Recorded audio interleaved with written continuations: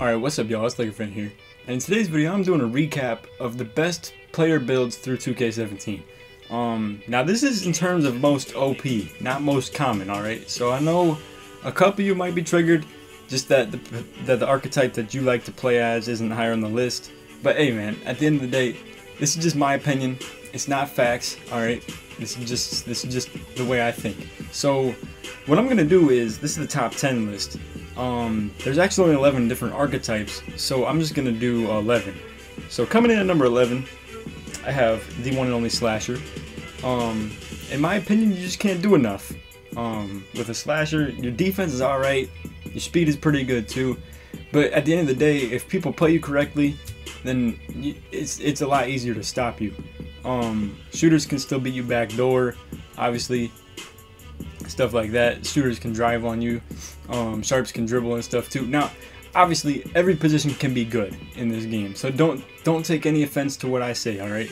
Because a speed boosting slasher, yes, can be OP as shit, especially at the end of the day. Sometimes it's just if you're good or not, alright? It's not just the position you play.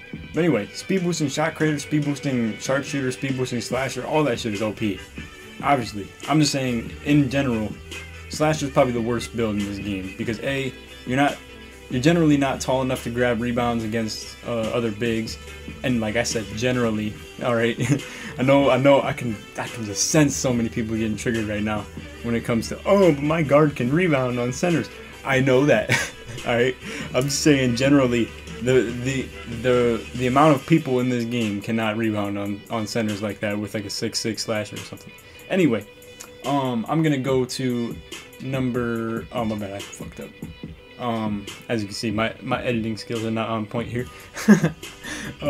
Anyway, what I'm gonna do is I'm gonna go to number 10, which in my opinion is paint protector. Now, paint protectors can be OP as shit, alright? Especially in the pro-am scene. Park, I don't know so much because A, not many people drive in park anyway, and B, I just don't think it's as useful because you're not help defense as much. You're just more accountable for your man. In pro-am, paint protectors can be mad OP, like especially when you're talking like zone defenses, like a 3-2 or like a 2-3 or something. Oh my god, I would love to play as a paint protector next year. I promise you, this might be the build that I make. But in terms of just overall park, no, you can't. I don't think it's a very good build. And then 2v2, your teammate better be really good at dodging screens if you're just gonna sit in the paint all day. But anyway, that's my opinion on that. So at number 9, my opinion as well would be lockdown defender. Now, again, all of these positions can be OP if you use them correctly. But at the end of the day, it takes a very smart player to make a lockdown defender great. You have to be really high IQ on offense, and you have to, because at the end of the day, you can't generate offense for yourself or your teammates. You're a liability for shooting when it comes to most people. You know, obviously, I mean, like I said, I can shoot with my athletic finisher. I've seen plenty of lockdowns better at shooting threes than a sharpshooter with Hall of Fame badges and all that stuff. Who knows his release and everything. Point being, just in terms of ratings and just, you know, the average set of people. I don't know how many times I'm gonna repeat that because so many people are gonna be offended on this video. But anyway, it doesn't even matter. Anyway, my point being, lockdowns can't generate offense enough. But if you are a smart player, it would be higher on the list, yes. But the average players, no. So next on the list at number 8, we have athletic finisher. So, you know, I am probably, you know, represented as the most popular / best athletic finisher in 2K. I'll just humbly accept that. I don't know, man. I mean, it's just, it can be really OP, but it's kind of just, it's just a bailout at the end of the day, and it's not a very reliable bailout.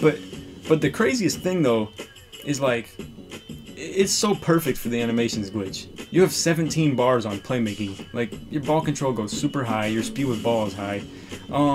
It's actually quite OP with, you know, one-man fast break as well, because the playmaking and the speed with ball and stuff translates to, you know, more speed with ball after a rebound. Rebounding is also high enough. The agility helps a lot with the vertical and makes it so you can rebound easier. But at the end of the day, I just think these next archetypes on the list are a bit more overpowered, if you guys would agree with me. But anyway, I say this is a very well-rounded build right here. You can do basically anything in the game. You can rebound, defend both ways. You can defend on the perimeter and the paint. You can dribble the ball. You can run really fast without it. Layups and dunks are obviously great. You can get any contact dunks. 7-foot athletic finisher definitely, I think, is a great build. Because you're fast, you get all the contact dunks, you have relatively good badges. I wouldn't say they're terrible, but they're not great either. And then you can shoot off dribble, you can shoot mids, you can shoot pretty good from 3 as well. It's not a bad build. I would definitely suggest it. But anyway, moving on to number 7. I am going to humbly say glass cleaner, just because me personally, when I run into a glass cleaner, I'm pretty happy. Like, I'm just like, hey man, this means I don't have to worry about guarding the 3-pointers or anything. This just means my dude's gonna be setting screens and shit, and I just have to rebound with him. So at the end of the day, I like to think I'm a pretty good rebounder, even with my 7-foot athletic finisher with no strength. Me personally, I think strength does not matter in this game when it comes to rebounding, but hey, you guys can believe what you want. Anyway, yeah, I just think, again, glass cleaner is not a terrible position because you can obviously snag. Defense also goes a bit higher. Layups and dunks are pretty good as well. And you know, you can shoot from mid, you can shoot threes decent. Even post scoring could be good if you wanted to. But at the end of the day, I just don't think, I kind of feel the same way with glass cleaners as I do paint protectors. It's just, you don't have a solid thing to offer on offense. You know what I mean? I guess brick wall is a pretty good trait to have on offense, as well as hustle rebounder. But I just think, like I said, the next few positions that are on the list are just a bit more OP. So coming in at number 6, I have stretch big. What makes me fear stretch bigs is that I have 64 speed and it's still hard for me to guard them. I can't even imagine what you glass cleaners feel like when you run into those double B spamming, you know, off ball speed boost glitching people, stretch bigs on 2v2, and you're just getting murked left and right on BBs. It's ridiculous, bro. And the thing is, too, you have to guard them from 30 feet. You could be a 7'3" dude that has to be guarded from 30 feet out, and you can backdoor people as well. The layups and dunks rating doesn't matter. You're still tall as shit, you know what I mean? So, at the end of the day, you can still dunk the ball pretty easy. Post scoring is high as well. I don't think many stretch bigs would ever touch post scoring anyway, but that'd be kind of interesting. Playmaking is also high as well, which I think could be utilized a little bit, but I don't know. Some people just touch their mid 3-point shooting. I haven't seen many 98 overall stretch bigs. That's the thing. I feel like if someone put the work in, stretch big could be nasty as shit and like so versatile and multi-dimensional. Anyway, moving on to number 5. I'm going back to the guard spot, and we got Playmaker. So obviously, you guys all know what makes Playmakers OP. Speed boosting and just the speed with ball. You're also very versatile, as you can see, with the shooting off dribble, layups and dunks, mid-range shooting, 3-point scoring. Agility is extremely high. Playmaking is really good. And then defense is defense, obviously. The badges are really good for this one, obviously. Pick and roll maestro, dope badge. Ankle breaker, OP badge. Dimer is actually a very useful badge for those who choose to use it. Flashy passer is actually a useful badge as well for those who choose to use it. A lob city passer, I could really care less. I think you guys would probably agree with me at Playmaker at the number 5 spot. Anyway, actually, this might be a little bit debatable right here. I have shot creator coming at number 4. So what makes me put shot creator right here is you have for a speed boosting shot creator, you have the abilities of a speed boosting of a playmaker, basically, because you still have ankle breaker. It's basically just, instead of being a Chris Paul, you're gonna be a Kyrie. You could just be a ball hog with the shot creator, to be honest. Layups and dunks are a bit higher. Mid range is also slightly higher than a playmaker's. 3-point shooting might be down a little bit. Let me check. Yeah, it's down a little bit. but shooting off dribble is obviously very OP. The mid-range deadeye is extremely underused, and then difficult shots as well, obviously. Teardropper is actually not a bad trait to have on this player either. If y'all ever put the Steph Curry layup package on someone with a teardropper, oh my goodness, bro, it is so OP. And then tireless score is obviously a nice badge to have as well. I would say shot creators probably have the best or the second best badges in 2K, definitely. But yeah, no, I would say this is a very OP position. So anyway, next I have Sharpshooter coming in at number 3.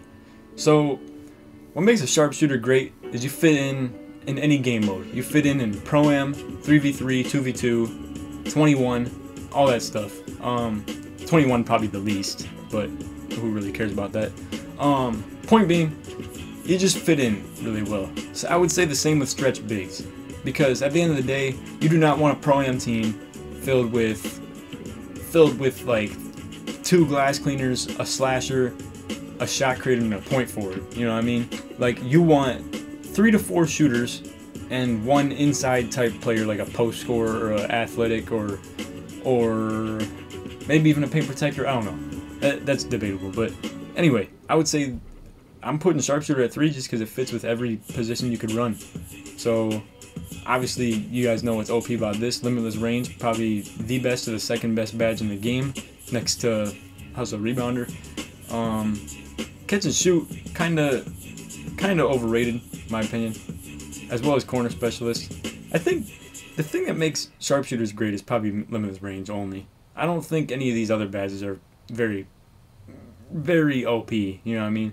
But anyway, obviously people don't touch post scoring. That's not worth doing on a Sharp. They're not very quick, but it's still doable speed for those who minimize their weight. Rebounding is also good for those who make a tall Sharpshooter. And then playmaking is doable as well. I would just say shooting in general is just OP in this game. Just because you can shoot from far away, you can, and at the end of the day, in 3v3, the best way to win is 3-pointers. So that's that. Now, coming in at number 2. And yes, I think you know what this means number 1 is. I have point forward at number 2. Because for whatever reason, this goofy ass game wanted to make it so 6'10" people could have 94 speed with ball, but then have like 77 speed. Whatever sense that makes, I don't know. I don't know how you can be faster with the ball, or be 6'10" and be that fast with the ball anyway. But I don't see what sense that makes in the first place, that you can be faster with the ball than without. I mean, that clearly doesn't make any sense, but it is what it is. Point being, you have the same traits as a playmaker, except you're taller. Basically, you just have less ball control. That's about it, and less speed. But at the end of the day, if you have the ball all the time, who needs speed? You can just have speed with ball. So defending, obviously, you're good with a two-way defender. You can guard bigs and guards, either of the two. Rebounding is still solid. It's not great, but it is what it is. And then obviously, what makes this OP as shit is you're a 6'10" dude that can speed boost well. So obviously the badges, like I said, are good, stuff like that. So I would definitely say this is probably one of the most bread and butter positions. I would say point forward, playmaker, sharpshooter, and glass cleaner are the most common, and then stretch big fits in there as well. So for those who stuck to the end of the video, this right here, in my opinion, is the most OP build in 2K17.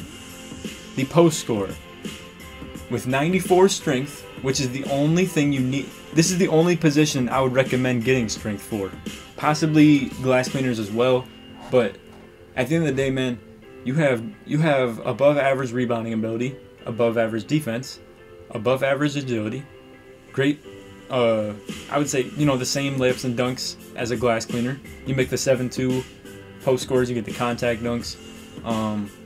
Obviously the 3-point shooting isn't all that, but anybody can make the 5 upgrades of 3-point scoring great. And then at the end of the day, what makes this OP is the badges. Post spin technician, for those who know how to use it, is an OP badge. Brick wall on a player that doesn't even, for whatever reason, has the badge. I don't know why a post scorer has brick wall, but it makes it OP as shit. Drop stepper, OP badge. Bruiser can be utilized really well in Pro-Am as well for those who choose to utilize it well. But at the end of the day, Dreamlike Up and Under is not that great of a badge, but for those who know how to work it, it is pretty nice. Then you add in the fact that it's just a hard to stop position. You guys know that. So it's just the fact that post fades, what do you do about it? Post hooks, what do you do about it? Drop stepper and post spin you can play to the ball hand, but at the end of the day it's still animation based. And then at the end of the day as well, if you have an elite defender and you can take a post score out of the game, you still have brick wall and you can still play like a glass cleaner on offense. That's why I say glass cleaners are really useless in my opinion, because at the end of the day your best trait is rebounding, bro. Like, your best trait is rebounding, and instead you could have the same badges but instead be an offensive player at the same time. You can still, obviously post scorers can still snag. Anybody can grab rebounds if you position yourself correctly. Post scorers can be an ISO scorer. You could play with a whole team of lockdowns and you'll still probably shoot 60-70% from the field. So at the end of the day, this is a great 2v2 build. 3v3 I don't know as much. I wouldn't really say this is a great 3v3 build just because scoring twos isn't all that in 3v3, but you can still, it's still a good build. And in Pro-Am, I would say this is definitely a great build to have. Fits in with a lot of different archetypes. If you surround it with shooters, GG. Because you cannot help, you will get murked 1v1, no matter who you are, even a paint protector. Because at the end of the day, a paint protector still doesn't take away your post fade. So, anyway, hope y'all enjoyed the video. Let me know what your list would be in the comments, all that good stuff. Yeah, feel free to leave your top 10 or, 11, considering all the archetypes fit in here. So anyway, that's all for the video. Hope y'all enjoyed. Leave a like if you did, subscribe if you're new and enjoyed the content, all that stuff. Other than that, hope you enjoyed, and take it easy, man. Peace.